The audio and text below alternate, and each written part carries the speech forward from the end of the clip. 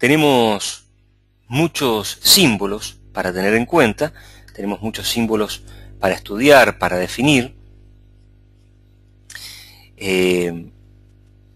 pero antes de eso me gustaría contarles que es muy importante para el estudiante de astrología tener en cuenta que esta herramienta debe ser utilizada para colaborar, en primer lugar, en nuestro desarrollo, en el desarrollo de cada uno de ustedes, cada uno de nosotros, en su desarrollo personal, en nuestra evolución, pero también para poder transmitírselo a otras personas, ayudándolos y ayudándonos a tomar conciencia de nuestras capacidades y posibilidades.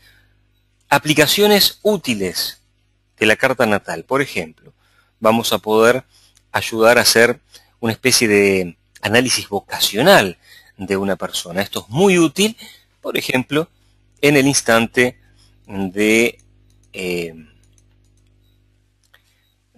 un chico que tenga que tomar ciertas decisiones para su colegio, para luego la universidad. Con una carta natal podemos también, por ejemplo, detectar la predisposición mórbida de una persona.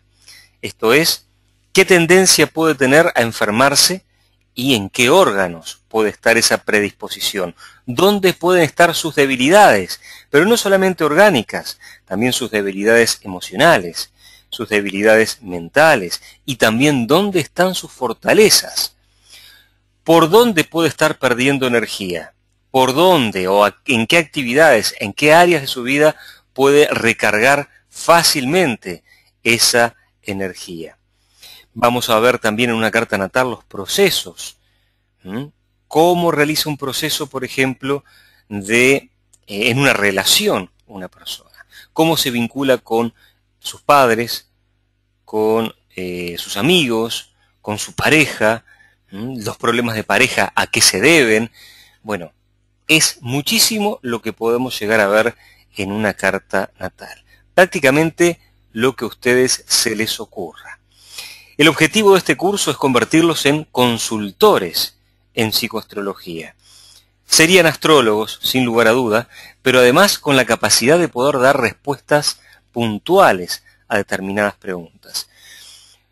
Pueden hacer un análisis de una carta natal, pueden hacer todo un desarrollo y vamos a ver distintos métodos y vamos a estar haciendo muchísimos ejemplos, pero también pueden concentrarse en determinadas consultas. Por ejemplo, una persona que venga a preguntar por temas sentimentales.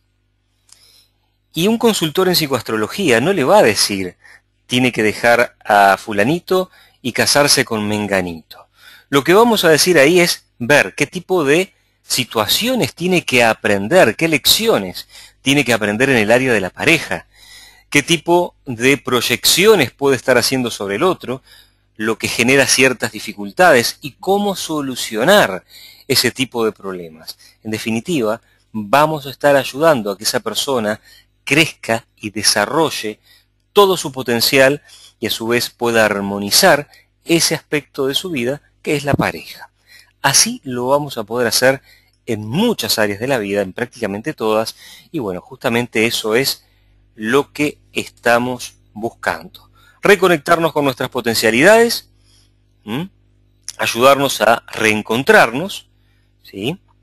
Es como una especie de buscar ese camino de conexión perdida con nuestra alma, lo que buscaba también Bach, el doctor Edward Bach, que les recuerdo que también es astrólogo, y por qué no, reencontrar el sentido de la vida. Vamos a hablar de la misión de la personalidad, vamos a hablar de la misión del alma, y en este curso vamos a poder, en primer lugar, encontrar cuáles son nuestras misiones. Por ejemplo, la misión de la personalidad, cómo debemos pulir nuestra personalidad, cómo debemos trabajarla, para que sea un fiel instrumento del alma. Y allí vamos a ver también cuál es esa misión más trascendente, la misión del alma y por qué vino a encarnar en este cuerpo. Me preguntaban también el origen de la astrología, qué tipo de astrologías. Hace un instante me estaban consultando qué diferencia hay con la astrología hindú, con otros tipos de astrología. Con la astrología determinista también me habían preguntado. Bueno, hay muchos términos en relación a la astrología.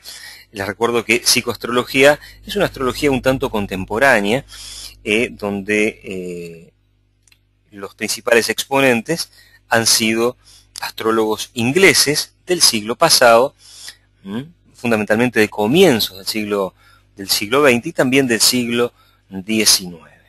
Allí aparece una corriente sumamente humanista que, más que interesarse en temas puntuales y tratar de adivinar situaciones, se preocupó más en el autoconocimiento y en poder descifrar el misterio del ser humano. Pero el origen de la astrología se pierde en el tiempo. En un momento formó parte de las universidades, hasta que en tiempos de la Inquisición fue expulsada la astrología de las universidades, porque bueno, se entendió que podía considerarse como una herramienta un tanto peligrosa, donde le daba mucho poder al astrólogo, siendo en muchos casos que no eran sacerdotes, y bueno, esto entraba un poco entraba en conflicto con los intereses de la Iglesia, que eran en aquel entonces también las que regulaban las universidades. Pero bueno, en Mesopotamia, por ejemplo, desde allí podemos decir que proviene la astrología tal y cual la conocemos hoy. En aquel momento, y yo pienso que esto es algo que debemos rescatar, entonces vamos a poner una foto de los planetas. Debemos rescatar lo que hacían los antiguos mesopotámicos, y es mirar las estrellas. Yo entiendo que no todos los días vamos a poder mirar hacia arriba, y menos si por ejemplo están en el Distrito Federal. Van a mirar para arriba y seguramente no vean las estrellas.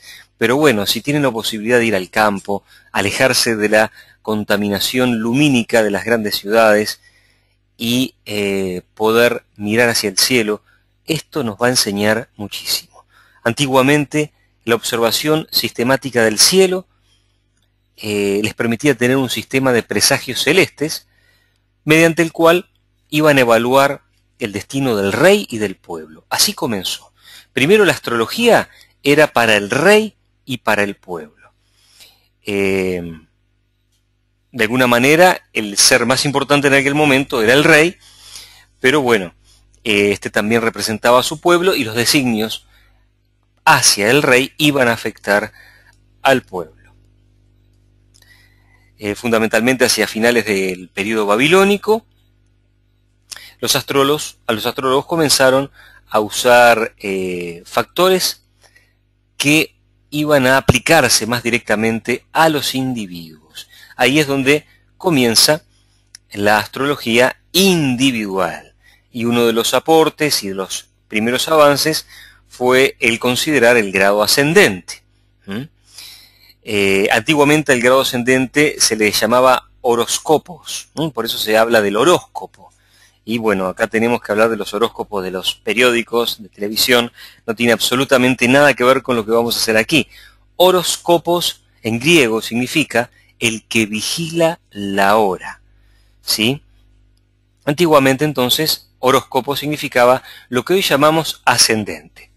El ascendente es ese lugar del horizonte por donde vemos aparecer el Sol, la Luna y los planetas día a día.